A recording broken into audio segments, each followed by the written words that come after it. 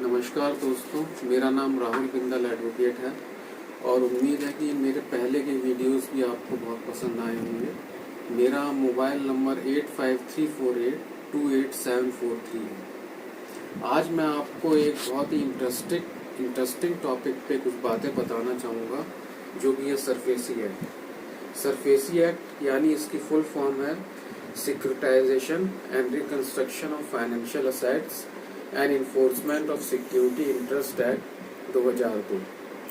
इसमें बंधक की संपत्ति यानी जो आदमी बैंक से लोन लेता है, उसकी बैंक में संपत्ति बंधक होती है, उसकी नीलामी से संबंधित नियम दे रखे हैं।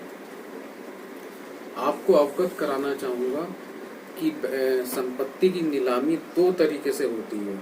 एक तो सिविल कोर्ट से न्याय मांगकर, दूसरा डिस्ट्रिक्ट मजिस्ट्रेट कार्यालय से न्याय मांगकर। आजकल बैंक वाले दूसरे मेथड को ज्यादा अच्छा समझ रहे हैं, क्योंकि इसमें शीघ्र कार्रवाई होती है, लेकिन इसमें खर्चा थोड़ा ज्यादा होता है और सिविल न्यायालय में इतना खर्चा नहीं होता है। और क्योंकि डीएम के ऑर्डर के बाद पुलिस फोर्स की आवश्यकता पड़ती है, जिसके लिए थोड़ा बहुत खर्चा जमा कराना पड़ता है एडीएम ऑफिस में।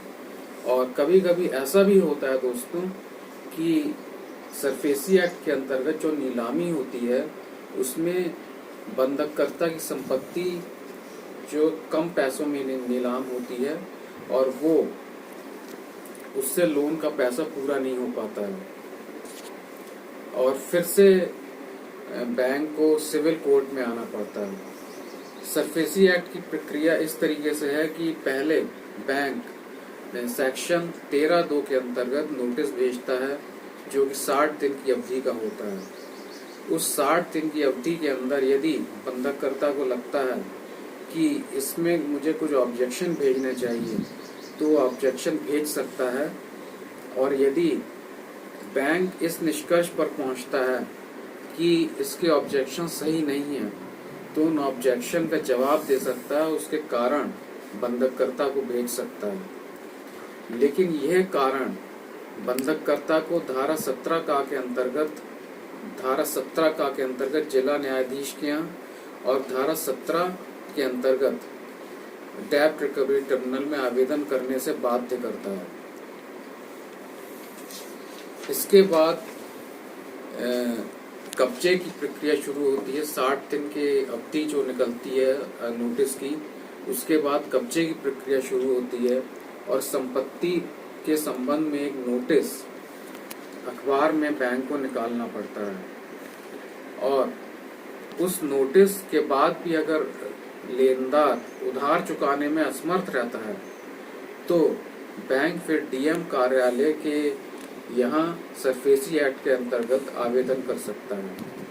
आवेदन करने के लिए बैंक को अखबार की एक कॉपी, नोटिस की एक कॉपी आवेदन के साथ जमा करनी होती है और एक एफिडेविट लगाना पड़ता है।